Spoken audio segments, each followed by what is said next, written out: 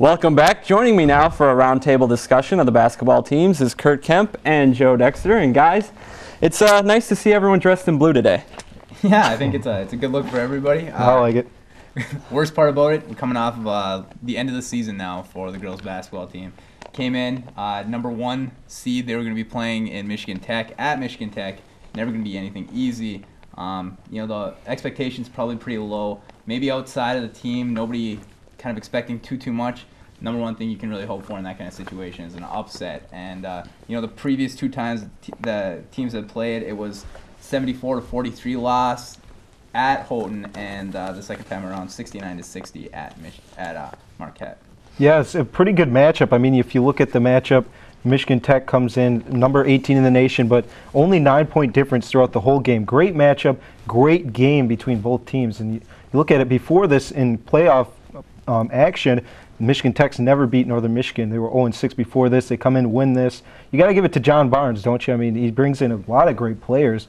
They're not top recruits, but he's a good coach, and they're a really good team this year.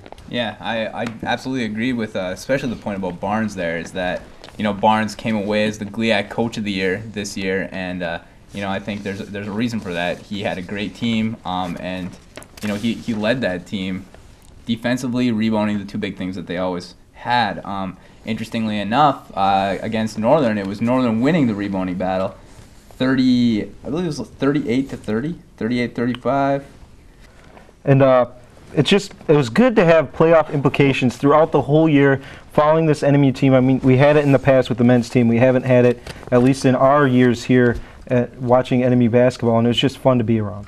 Oh, absolutely. I think the big thing that we enjoyed to watch was maybe Coach Troy Mattson, the way that he's kind of developed this team into what they are now. Mattson's first year into the playoffs, they did come in as an 8 seed, but I thought it was a great season to watch them, and have Kelsey Deacon, a senior, named to the All-GLIAC second team in the postseason, kind of a good way for her to go out. I mean, if going into the season, you wouldn't think this team would finish 14-14. Pretty solid finish.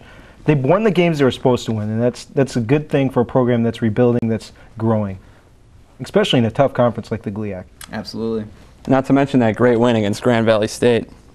Yeah, at the time we had said Grand Valley State was the biggest win of Mattson's career. I think now we look back and we say, it was probably the win that got them into the playoffs. Maybe even that first tournament game is his biggest game. Not to mention the Hillsdale win over a team that only lost 3 times in the GLIAC, ranked in the top 4 at some times in the year, and just a really good team. They win the GLIAC tournament eventually, and they're looking really good in regional seeding too. And now, as we look at the postseason accolades, we had mentioned Barnes from Michigan Tech being named Coach of the Year. Well, Northern picks up a second team nomination in Kelsey Deacon. Deacon named to the second team, maybe a little disappointed for some of the fans that she wasn't in the first team, but I think her importance to the Wildcats, at least, the 35.6 minutes per game, second in the conference, 91.3% free throw shooter, second in the conference. She had 69 three-pointers on the season, which was good for third in the GLIAC. So we're looking at a player who definitely respectable numbers. Ultimately, she goes down as one of the best passers, and I think she leads NMU players in assists. Great 4 years, and that's the ultimate player that you're looking for if you're Troy Mattson in the future. Well, guys, moving over to the men's team, their season is over, and things didn't quite go as well as they hoped this year. Yeah, I think whether you're talking about it from looking inside, from the team, of the coaching staff and the players, or you're looking at a media standpoint, I think everybody would tell you that this has been a disappointing season. Coming in, I remember writing a story at the beginning of the season where I had talked about the team was looking forward to the date of the NCAA prelims, and that date was Sunday. And it came, it went, and Northern was nowhere in the mix. And I think you get a lot of disappointed players because of that. Specifically, probably junior Chris Warner, Raymond McElroy. I know had really high hopes. He came in as a freshman. I just think it's been pretty disheartening for that whole team. Before the season, we come in thinking this team's going to be a pretty good team. You look at depth on this team, and it's really solid. Coming into the first couple games, Northland Baptist Bible College, they struggled a little bit in the first half. We saw a good mixture of guys coming in. They're starting to get the feel early in the season. A big win over Minnesota Duluth, and then to finish last in the GLIAC North is just tough. Well, yeah, especially coming after a 9-3 start for this team. Right, a really strong start. And I think everybody thought, it was both teams were undefeated at what was 6-0, 3-0, something along those lines. They hadn't lost a game yet, and everybody's thinking this could be the year we're actually going to have some pretty good basketball teams, be watching some basketball into March. Well, I think nobody would have figured that would have been the girls team that was doing that. Right, we're in March already, and the NMU team nowhere close to the tournament they wanted to reach. I think a lot of that has to do with, when you look at the defense factor here, the defense wasn't up to par as Dean Ellis wanted it to be.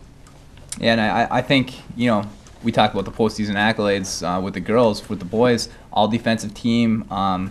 Junior guard Chris Warner for Northern Michigan made the all-defensive team, and Raymond McElroy, who we just talked about, freshman of the year in the GLIAC. So, we did pick up some postseason honors, but not really the season that we had really wanted. Yeah, but looking ahead to next year, this is going to be a pretty good season. You would think maybe we're just getting our hopes up like we did this year, but you got a bunch of solid guys coming back.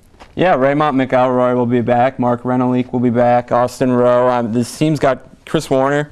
They're going to have great guard play, and we'll see how they do with in the down low in the post. Kyle Green's gone, Eric Sarine's gone, but Jared Benson's going to get a lot more minutes next year. Oh, absolutely. Tyler Kazmierkowski, another guy who's gone, is going to be a huge loss to that team. I think, if nothing else, than for his leadership ability, the way he knew that defense, the way that he could, basically be coached by Coach Dean Ellis.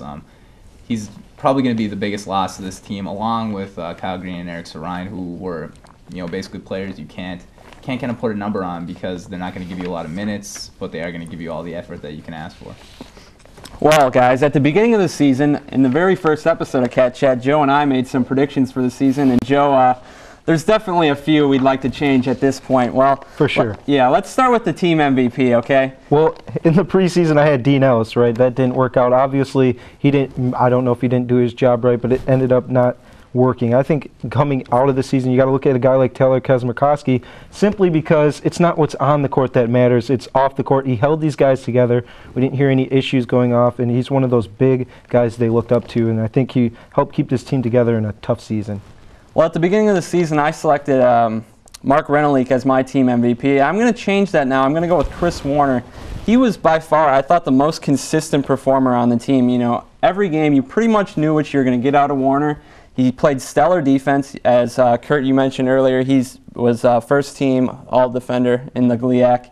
And he also, which was really impressive, I thought, is he led the team in rebounding. And he also led the team in steals, second in assists. So Chris Warner is definitely my team MVP. Yeah, I'm probably going to have to agree with you on that. Just the fact that it's not really the numbers, like you had said. It comes down to more like the leadership role. And I think just the fact that Raymond McElroy was named Freshman of the Year in the GLIAC, basically that award should be shared with Chris Warner, because Chris basically took him under his wing. He brought him, gave him all the tools that he would need to succeed within Dean Ellis' style of play. So I think, that award goes as much to Chris Warner as it does to Raymond. And, Chris is basically the leader. He tells everybody where to be on the defense. He tells everybody where to be on the offense. He leads the defense. He's got the most heart on the team. And I think it basically comes down to the intangibles more so than the stats, but he's got the stats to back it up too. Right. Well, Joe, who's your most improved player of the year? My most improved goes to Austin Rowe, simply because he's taking a lot of these minutes. He was on the court doing what the coach asked, and when you can do that, you can run an offense pretty solidly. I think that has to be noted.